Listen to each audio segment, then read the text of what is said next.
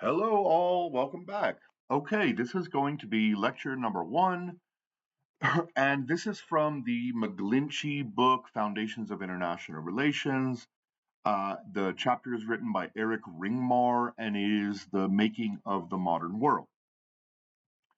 Okay, so just sort of jumping into the introduction, much of the modern literature in IR is based on the state as the unit that we study. How do states behave? Um, Especially under the realist paradigm, which we'll talk about moving further into Unit 1. Today, there's 197 states. I think South Sudan was the last state to be admitted to the UN, and there are a few out there that are they're in limbo. They're not recognized by the UN, even though maybe they're like participating members. And these are usually the touchy states, right? So this includes Taiwan, it includes Palestine. It used to be Hong Kong was sort of in this gray area. Okay, how do we define states? Under sort of the modern rules of a state, you obviously have to have a territorial boundary, right? You have geography, you have boundaries, these sorts of things. You have a capital city. There needs to be a military apparatus of some sort. Generally, this includes cultural things like flags and anthems and national heroes and these sorts of things. And the modern state system, sort of post Westphalia, which was, I believe, 1648, is based on sovereignty. It's based on territorial integrity. It's based on self governance. Um, and they define sovereignty as the ability to claim the exclusive right to govern your respective territory in whatever way that your state sees fit, right? And sovereignty is relative to other states. All right, we'll move on. The rise of the sovereign state. So we'll get into a little bit more history than politics classes generally involve. Medieval Europe was very fragmented politically and economically. You had a lot of power holders in basically the 16th century and before. This includes the feudal lords, right? The landowners who had an indentured servant relationship with those who worked the land. It included sort of the new urban nouveau riche, right? The merchants and the trading classes and I guess, like the guild members and apprenticeship systems, these sorts of things. The clerics obviously played a very vital role, especially in the Catholic Church, and they had a deep monopoly on knowledge and education and things like that, which we'll talk about as well. You had the local nobles, right, and this sort of ties in with feudal lords, but you could be a noble and not be a lord. Um, then you have the guilds. You had a couple like weird little brotherhoods running around that crossed what we would think of as national borders today. So these include like the Knights Templar and the Knights Hospitalier. And so there was just a lot going on, right? There were a lot of sort of loci of power. But you had, that's at the local level, and you really didn't have a middling like state level. Kings and nobles were trying to build that, right? And so all you had was like a lot of like disparate political power systems at the local level, and then you also had a sort of overarching Euro-wide power that was being fought over by the Catholic Church in Rome, of course, but then also by the Holy Roman Empire. Two different things. The Catholic Church obviously was based in Rome in the Italian city states and that area, right? They were trying to spread their influence all across the continent. And then the Holy Roman Empire was mostly Central Europe in the Germanic speaking countries. And so this would include the lowlands like Netherlands, some parts of northern Italy, Belgium, pieces of France, etc. Okay, the local levels, however, sort of started to coalesce around a state system for a few reasons. First, the Italian city states are trying to play the Pope against each other. Um, and England also starts to defy the church. They revoke the church's ability to tax their citizens. France forces the Pope to move to Avignon and sort of flee Rome. And so the Holy Roman Empire and the Catholic Church are sort of losing a little bit of power for a few reasons. One of which is trade, right? Trade and a new merchant class is rising. Another reason is because of the expensive wars that are happening.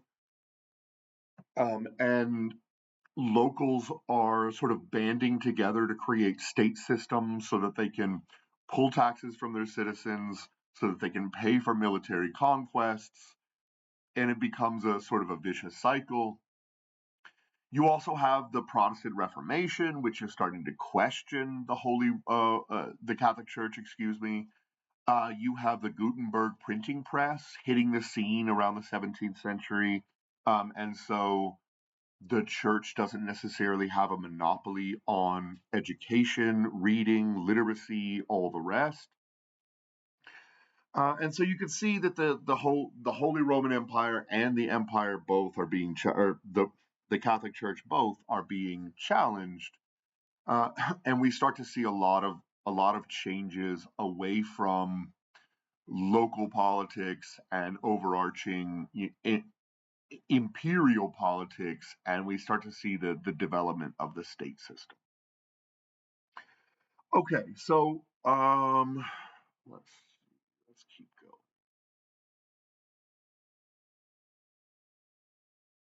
All right, a few reasons why this shift created a true administrative bureaucratic system.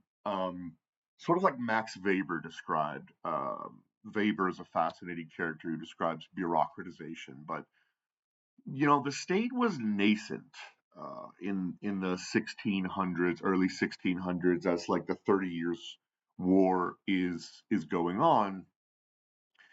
And the state leaders, the kings especially, start to realize that we need a bureaucracy for a number of reasons.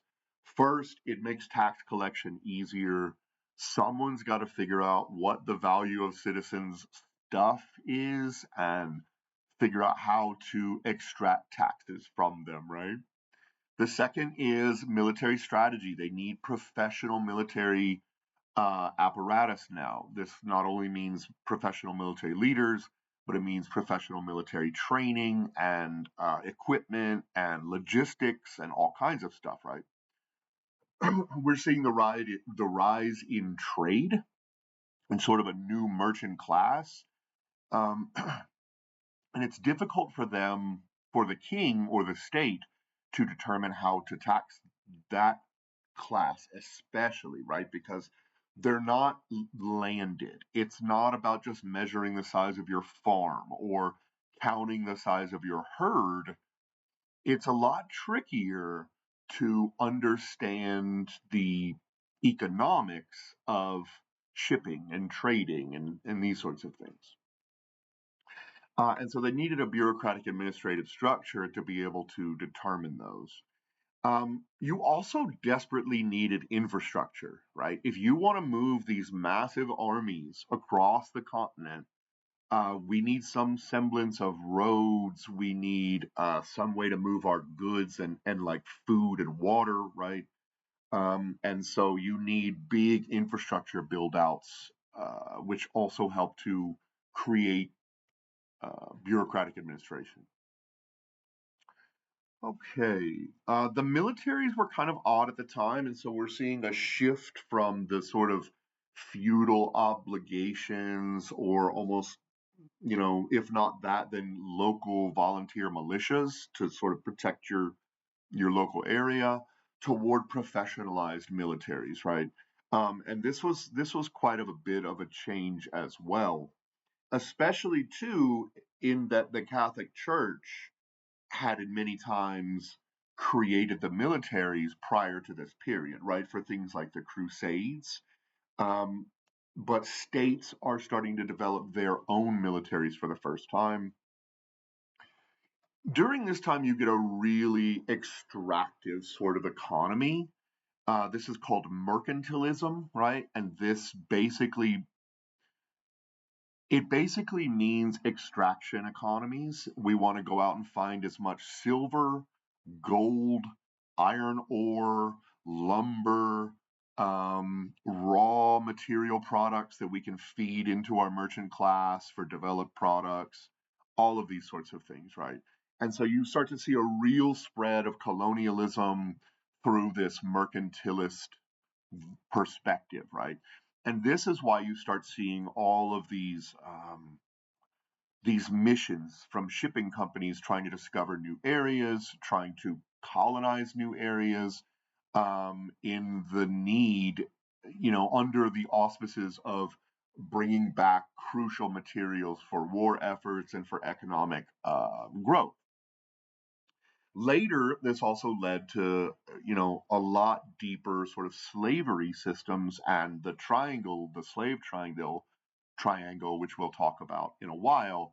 Um, Slavery is a part of this society, but it's not nearly to the extent that it will become in, post-industrial revolution era. Okay, and the claimed cost here, or the claimed benefit to citizens for signing up under this rudimentary state system during sort of the early 1600s is the Thomas Hobbes argument that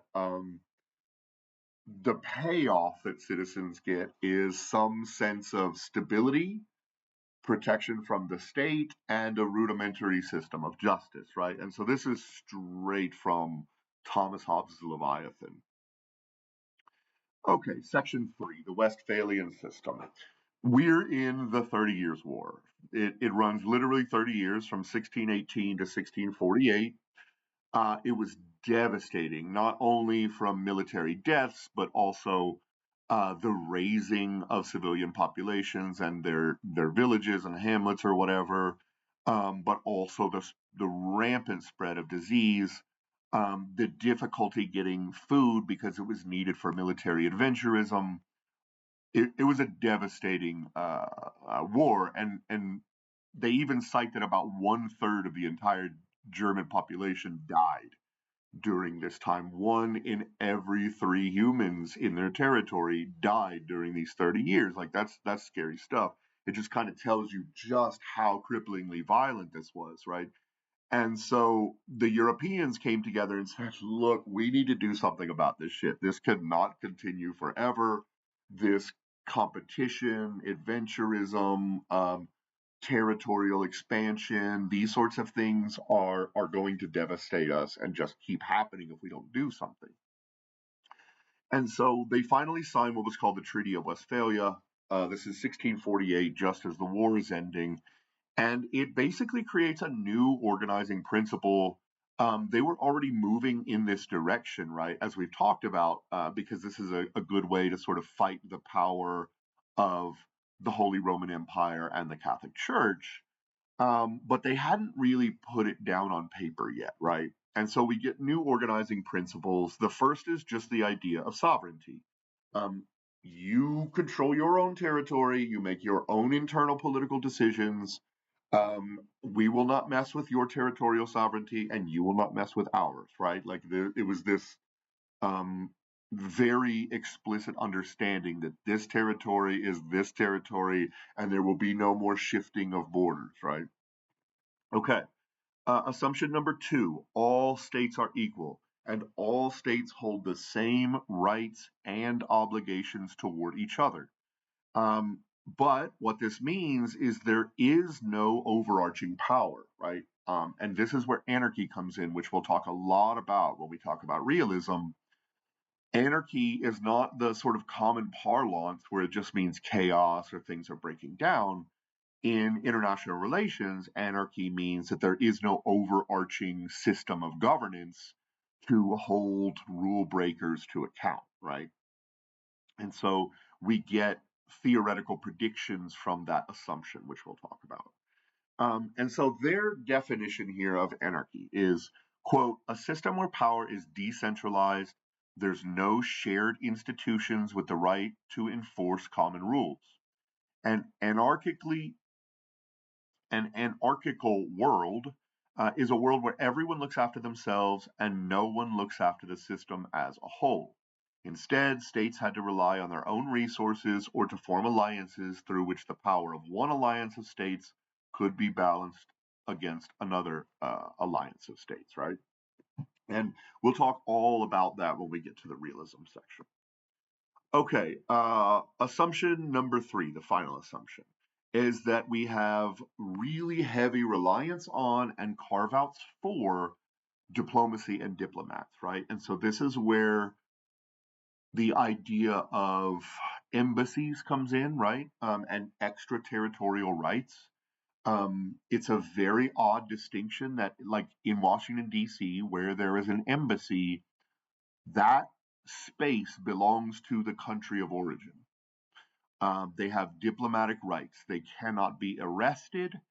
Their documents are secretive, and the country that is allowing the diplomat to come in, say we have, the embassy from Saudi Arabia, they can pass any documents that they want to. They cannot be checked at airports. You cannot go through their bags. If they break a law, they cannot be arrested.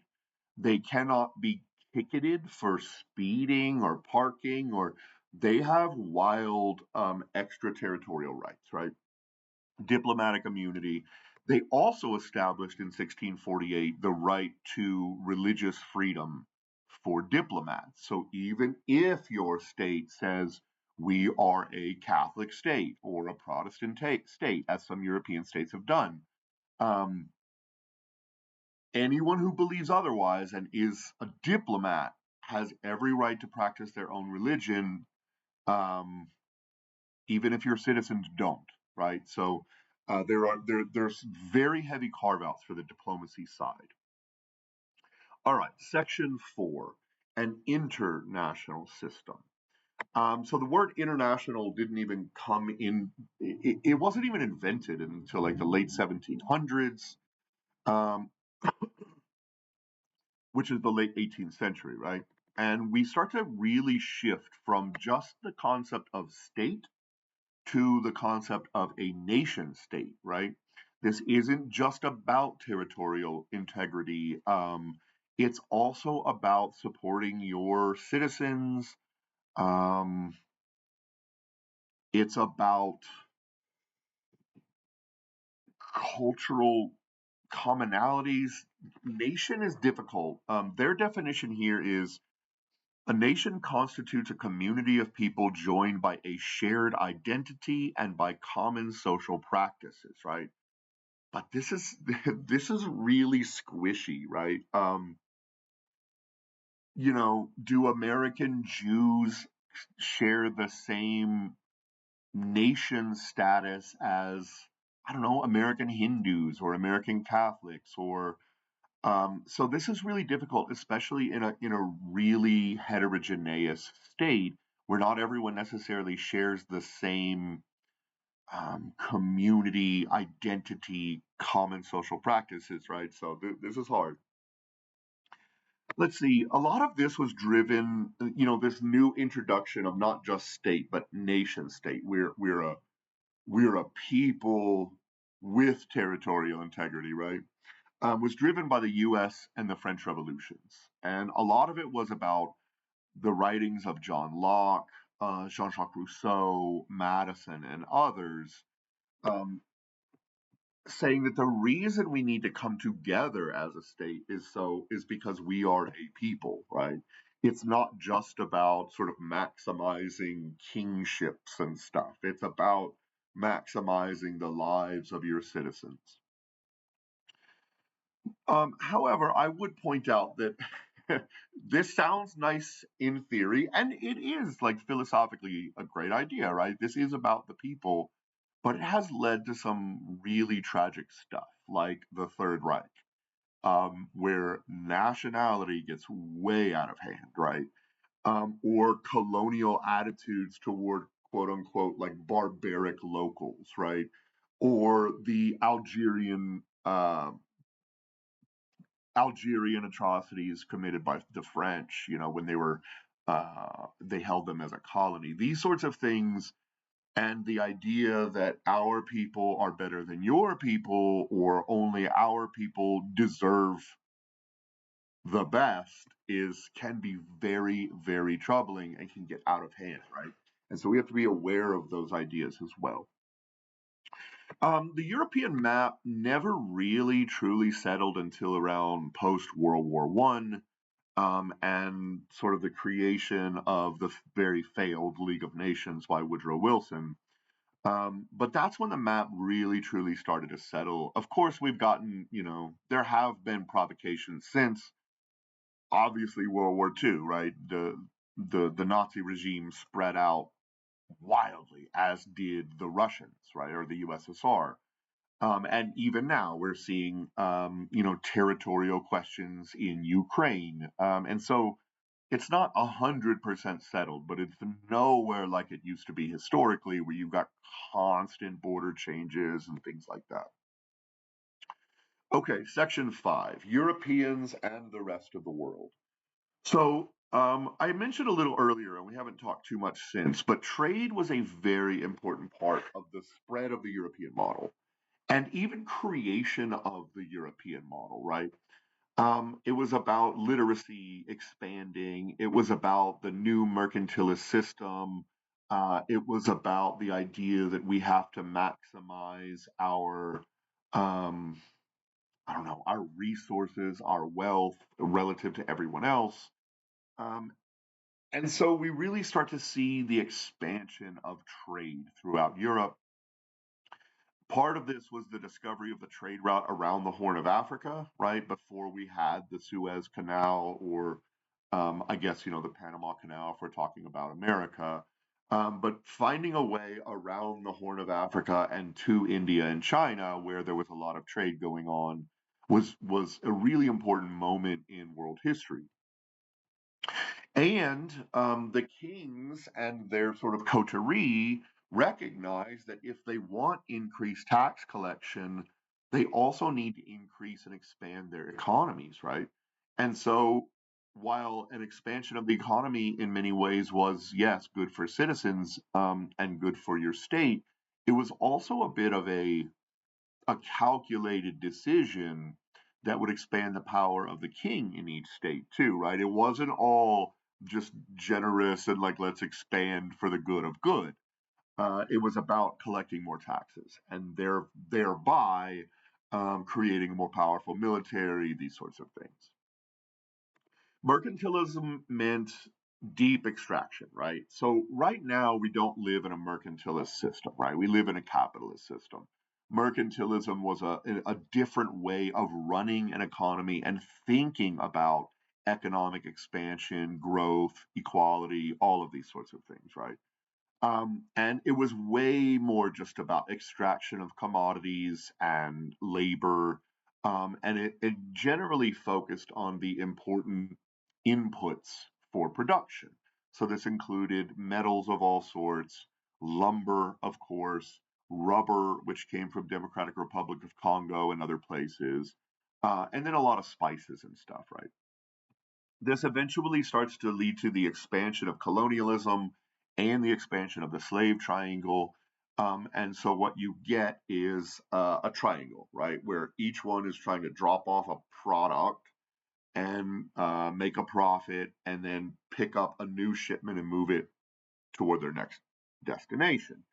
And so basically, they would capture the enslaved in West Africa, force them on board ships, ship them to generally the Caribbean, where they would work on sugar plantations and things of that sort, or to the American South, to cotton plantations and tobacco farms. And then they would take sugar, tobacco, and cotton and ship them to England for their sort of industrial expansion project. They would take those raw materials and build out middling and high level finished product goods and then ship those back to West Africa and to other European states to sell on those markets, empty the boats, fill them with the enslaved again, and the circle just continues, right? And so this was the slave triangle. Um, this led to a lot of genocide and some really, truly brutal stuff against indigenous people across the planet. And there's some really interesting research out there that suggests that the market that is being built using slave labor, right? The type of market actually influences the brutality of the system.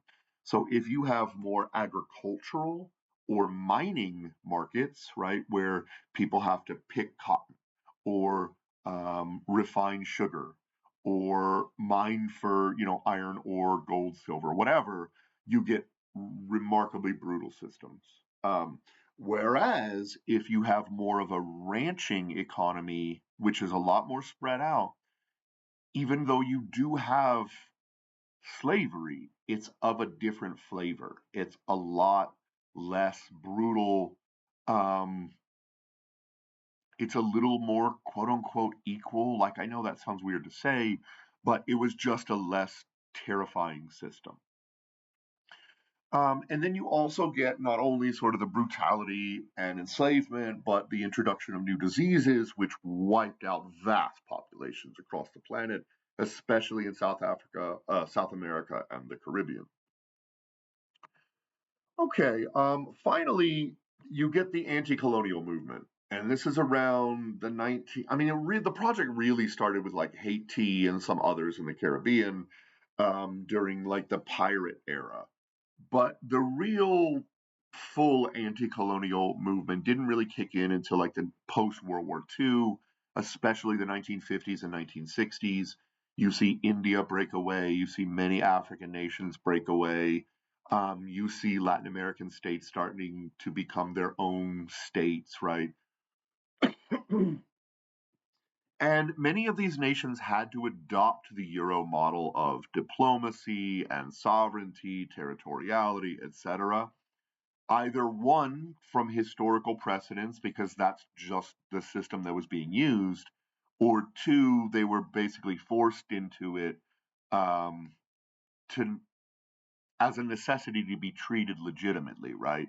And there are different ideas on how this played out from historians, etc. So, okay, that's all I've got for this chapter. This was a lot. Thanks for being here. We got to sort of set the stage, though. So, I'll see you for the next. Have a great day.